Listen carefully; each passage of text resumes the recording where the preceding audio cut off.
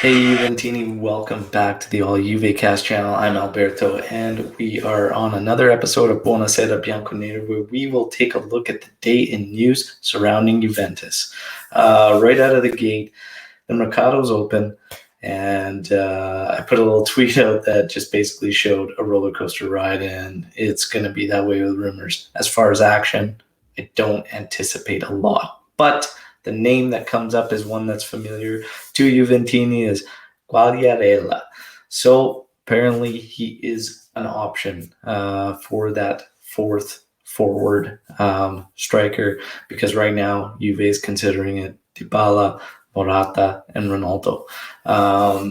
Again, another name swirling around is Papu Gomez. So you have both these guys, old players, Gomez 32, Quagliarella above that.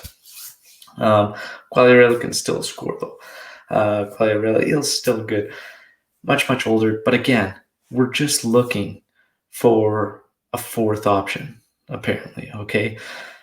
The thing we got to think about is that the best route to go? And it's a question that keeps coming up on the podcast, especially even the last one that we just did that was live, episode 131, that is available on the channel. So check it out if you haven't. But my guest Josh and I got into it, and we were asking, is that the best route? Is it the best way to go to find this fourth striker? Do we need the playmaker? And this is where Papu Gomez comes in, because, again, he is an option. Apparently, he is the only bigger side. Apparently, Juventus is the only bigger side that has asked about Papu Gomez.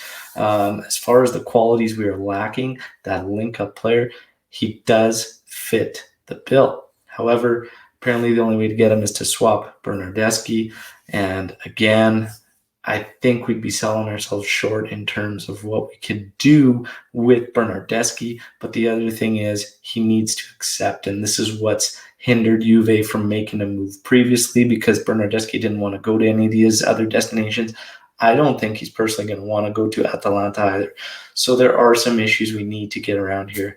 Papu Gomez, I think, gives you 1 or 2 years, which is another reason why, you're losing a younger guy, Bernardeschi, and he is on the up now all of a sudden, so the whole thing's kind of bizarre, but we're kind of handcuffed with guys that actually have value out of their team so we could move. So while a lot of us Juventini want to talk about Bernardeschi and say, anything you can get for the guy, get rid of him, he's actually a piece we can move that does have value, because we are handcuffed with quite a few other players. So this thing with Quagliarella, Gomez, I want to know from you, Juventini, who would you rather have? In what position do you think we need to go after? Do you think we need to get that fourth forward option, or is the playmaker more important? I've been humming and hawing on this, but on the last episode of the podcast, I answered what I think truly we need. It is, I would go that route ahead of the forward. That's just my personal opinion, but I want to hear yours. Next, big piece of news. Sandro has tested positive for COVID. This could get interesting depending on other players affected and whatnot. And of course, a couple days ahead of the big match against Milan. So this will definitely be news to follow, and we will see in the days to come what comes of it. Hopefully it's all right.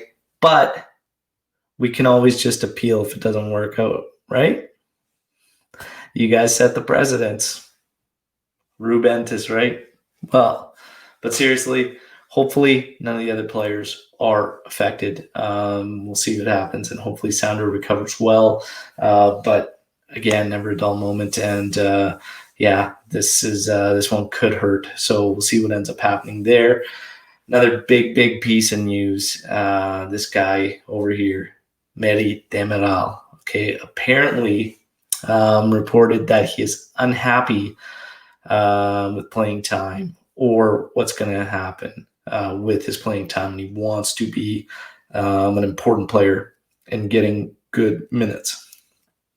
This is a weird one. I had a little bit of a tough time buying into this one, just basically due to the fact that he had a serious injury. He came back and he was getting minutes, and he had 2 injuries again in quick succession. So It's really, really a weird one.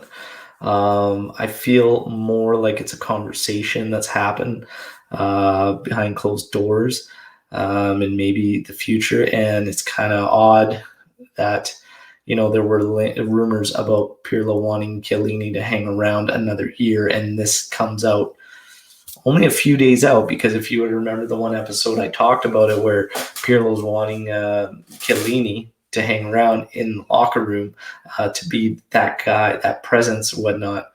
Give him a job, I said. Stop taking a roster spot and let's stop moving these guys on. So, yeah, coincidence? Maybe, but you never know. It's just funny that that comes out. In my opinion, it would be absolutely silly for Juventus to lose Demiral. Is he polished? By no means is he a finished product yet, but man, he's well on his way. And the future would be very, very bright with the Turkish delight there with him and De Ligt. So I don't like where this is heading, and I don't like the fact that now apparently he's willing to listen to offers, as before he wasn't. Yeah, I think, I love Giorgio Chiellini. He's a legend. Out of the players I've watched in my lifetime of being a Juventino, he makes my all-time 11 at center back for sure. For, again, players that I've actually seen play. And the time has come, though. And again, if you want him in the locker room or not, give him a job, but do not take a roster spot. And Demiral, he needs to have some type of guarantee that, you know what, in the upcoming future, it's going to be his gig. This is no different than thing that's happened with Szczesny once he came along and they promised him, and they kind of stuck to it, that he was the plan to move on from Buffon and whatnot. They've done it with other players as well.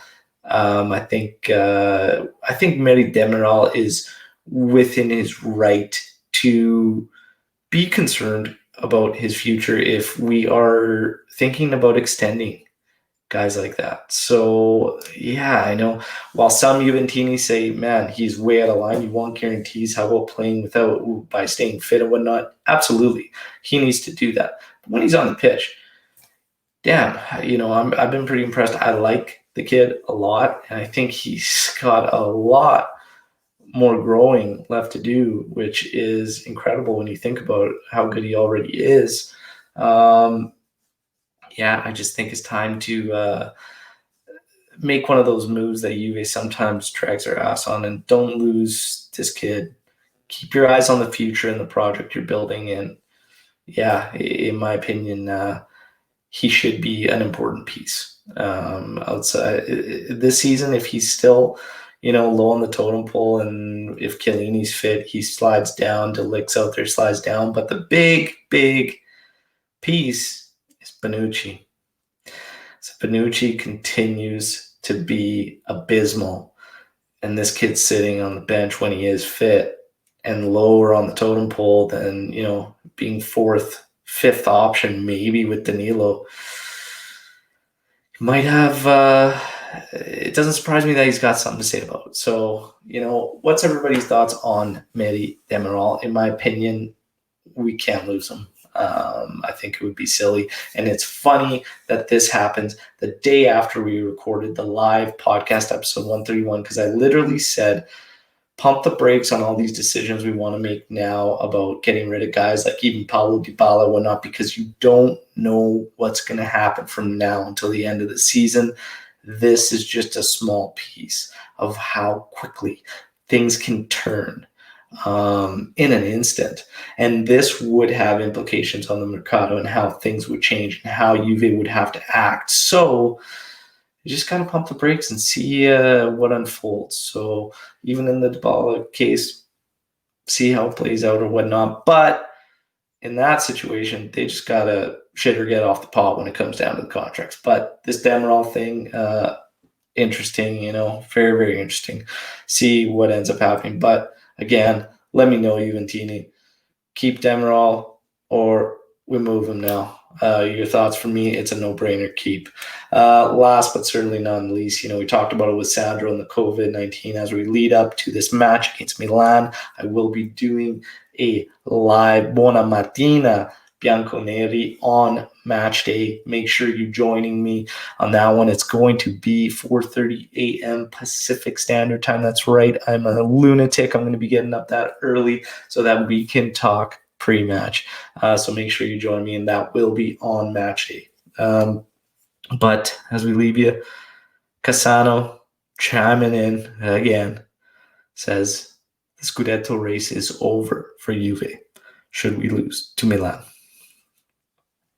Cassano, again, nobody gives a shit what you think, right?